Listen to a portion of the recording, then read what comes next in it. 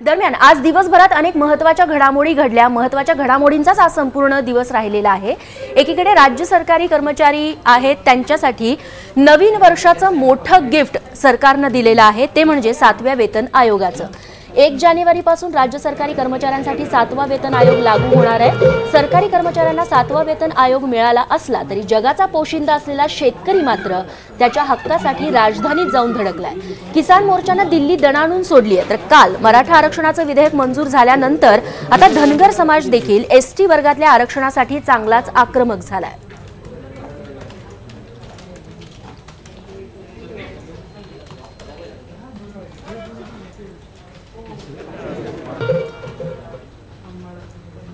तेव्हा या सगळ्या महत्त्वाच्या घडामोडींचा सविस्तर आढावा आपण घेणारच आहोत। मात्र त्याआधी पती पत्नीच्या नात्याला काळीमा फासणारी एक घटना आहे पिंपरीतली, जिथे घटस्फोट मिळवण्यासाठी पतीने चक्क पत्नीला मृत्यूच्या दारात आणून ठेवलेलं आहे। त्यानं नेमकं काय केलंय हे जर तुम्ही ऐकलं, तुम्ही समजून घेतलं तर तुमच्याही अंगावरती काटा आल्याशिवाय राहणार नाही। घटस्फोटासाठी पत्नीला टोचलं HIV इंजेक्शन, आरोपीने डॉक्टरी पेशाला फासला काळीमा। पिंपरी परिसरातली धक्कादायक घटना,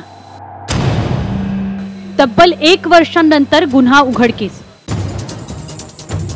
पटत नाही म्हणून पती पत्नीने घटस्फोट घेणं काही नवं नाही, पण या घटस्फोटासाठी एखाद्या क्राइम थ्रिलर मध्ये पाहायला मिळणारी घटना पिंपळे सौदागर मध्ये घडली आहे।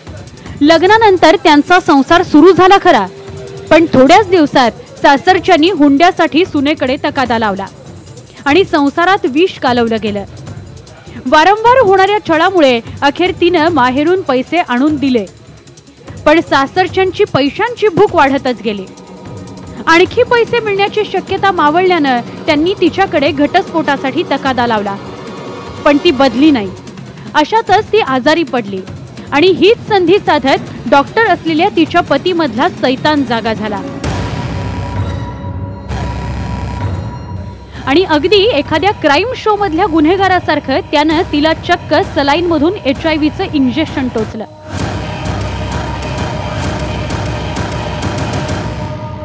ही बाब तब्बल वर्षभरानंतर पीडितेच्या लक्षात आली आणि तिनं पोलीस स्टेशन गाठलं। त्याला घटस्फोट पाहिजे होता आणि त्या घटस्फोट मिळावा म्हणून ह्या तरुणीला हे अशा प्रकारचे HIVचे व्हायरस सोडला असावा असा तिचा खात्री आहे। त्यामुळे तिने काल आमच्या पोलीस स्टेशनला येऊन तशी रितसर कंप्लेंट दाखल केलेली आहे आणि तिचा पती आणि इतर जो कौटुंबिक छळवाद आहे त्याच्या संदर्भात तिचे सासरे आणि सासू या तिघांच्या विरुद्ध आम्ही गुन्हा दाखल केलेला आहे। भादवी कलम 328 498 प्रमाणे 34 प्रमाणे आणि पुढील तपास आम्ही आता करीत आहोत। पीडितेच्या तक्रारीनुसार पोलिसांनी तपास सुरू केला। आरोपी डॉक्टरला ताब्यात घेऊन चौकशी केली। आरोपीकडे HIV बाधित रक्त अथवा व्हायरस नेमके कुठून आलेत याचा आता पोलीस तपास करतायत। पत्नीपासून विभक्त होण्यासाठी तिच्या शरीरात सलाईनद्वारे HIVचे विषाणू सोडण्याचा हा प्रकार अत्यंत गंभीर आहे आणि स्त्री अत्याचाराचा कळस गाठणारा आहे। त्यामुळेच पिंपरी चिंचवड पोलिसांनी या प्रकाराची अत्यंत गांभीर्याने दखल घेतली। चौकशीनंतर हा प्रकार घडल्याचं सिद्ध झालं तर तो मानवतेला काळीमा फासणारी घटना असेल यात शंका नाही। सुशांत डुमरेसा, गोविंद वाकडे, न्यूज 18 लोकमत, पिंपरी चिंचवड। दरम्यान हा सगळा प्रकार घडल्यानंतर या महिलेच्या पतीने मात्र आता वेगळेच आरोप केलेले आहेत। हे सगळे आरोप त्याने फेटाळलेले आहेत आणि आपल्या पत्नीला आधीपासूनच HIVची बाधा होती, सोबतच ती चारित्र्यहीन असल्याचा गंभीर आरोप तिच्या पतीने केलेला आहे, जो आम्ही जाणून घेतलाय। यानंतर वळूयात पुढच्या बातमीकडे। राज्य सरकारी कर्मचाऱ्यांना आता नवीन वर्षाचं मोठं गिफ्ट मिळणार आहे, ते म्हणजे 7व्या वेतन आयोगाचं। 1 जानेवारीपासून म्हणजे नवीन वर्षाच्या सुरुवातीपासूनच राज्य सरकारी कर्मचाऱ्यांना हा 7वा वेतन आयोग आहे तो लागू होतोय।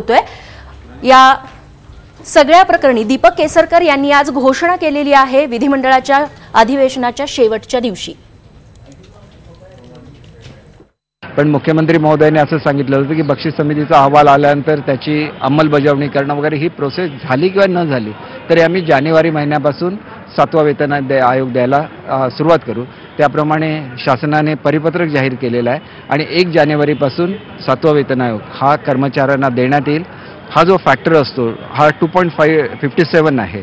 म्हणजे आताचं जे वेतन आहे ह्याच्यापेक्षा 2.57 पट असं होईल. म्हणजे महागाई भत्त्यासह, कारण महागाई भत्ता त्याच्यानंतर त्याच्यामध्ये मर्ज होईल आणि त्यांचा जो डिफरन्स आहे हा मागे जसं आम्ही देत होतो तसंच 5 हप्त्यामध्ये शासन कर्मचाऱ्यांना देईल. आणि यानंतर बातमी आहे आपल्या हक्काच्या मागण्यांसाठी जगाचा पोशिंदा आहे तो पुन्हा एकदा दिल्लीवरती धडक द्यायला निघालेला आहे. देशभरातले हजारो शेतकरी आहेत ते किसान मोर्चाच्या वतीनं आज दिल्लीत पोहोचलेले आहेत आणि सगळ्या विरोधकांनी या शेतकऱ्यांच्या मागण्यांना साथ दिलेली आहे. एकतर कर्जमाफीचा मुद्दा आहे आणि त्यासोबतच 1.5 पट हमी भाव या मुद्द्यांसाठी हा किसान मुक्ती मोर्चा आज दिल्लीत जाऊन धडकलेला आहे.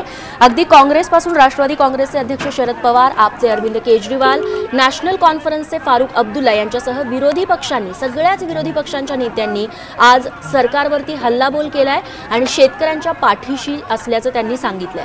शेतकऱ्यांवरती अन्याय करणाऱ्या मोदी सरकारला धडा शिकवा असा सूर विरोधी पक्षातल्या नेत्यांनी आळवलाय.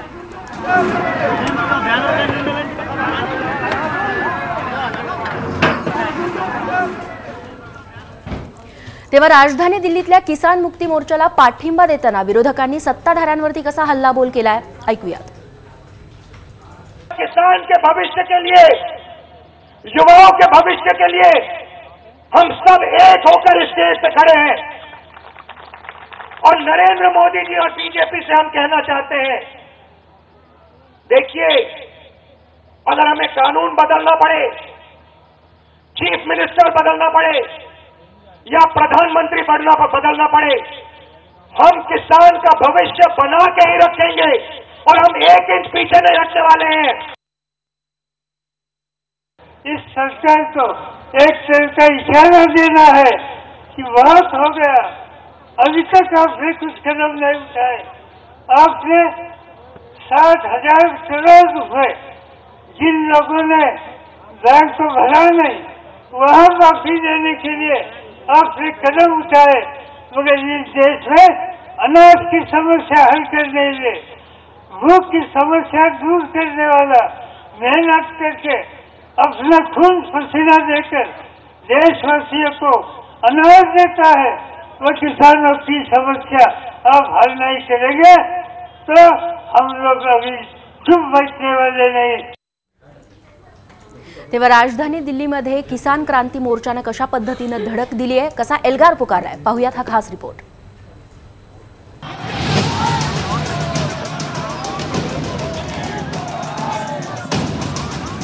देशाचा पोशिंदा आज आपल्या न्याय हक्काच्या मागण्यांसाठी पुन्हा एकदा दिल्लीत धडकला. विविध राज्यात वेगवेगळ्या झेंड्याखाली काम करणाऱ्या तब्बल 209 शेतकरी संघटना संसदेला घेराव घालण्यासाठी दिल्लीत धडकल्यात. डिमांड एक है कि जो उचित दाम है स्वामीनाथन कमीशन के रिपोर्ट के मुताबिक वो मिले, उसका कानूनी हक बने. दूसरा है कर्जे से मुक्ति हो किसानों की. ये 2 विधेयक बने. कुठल्याही प्रकार हमीभाव मिळायला तयार नाही आणि सरकारनं जाहीर केलेल्या हमीभावापेक्षा 1200 ते 1500 रुपये कमी दरामध्ये शेतकरी विकायला लागलेला आहे. याच्यापेक्षा शर्मेची गोष्ट कुठली असू शकते. शेतकऱ्यांचा जो आक्रोश आहे सगळ्या भारतात या भाजपच्या सरकारच्या विरोधात, तो खरं म्हणजे या एकजुटीतून व्यक्त झालेला आहे. देशातील शेतकऱ्यांच्या आत्महत्येचं विदारक वास्तव सरकारपर्यंत पोहोचवण्यासाठी तामिळनाडूतील शेतकरी तर चक्क आत्महत्या केलेल्या शेतकऱ्यांच्या कवट्या गळ्यात घालून रस्त्यावर उतरले.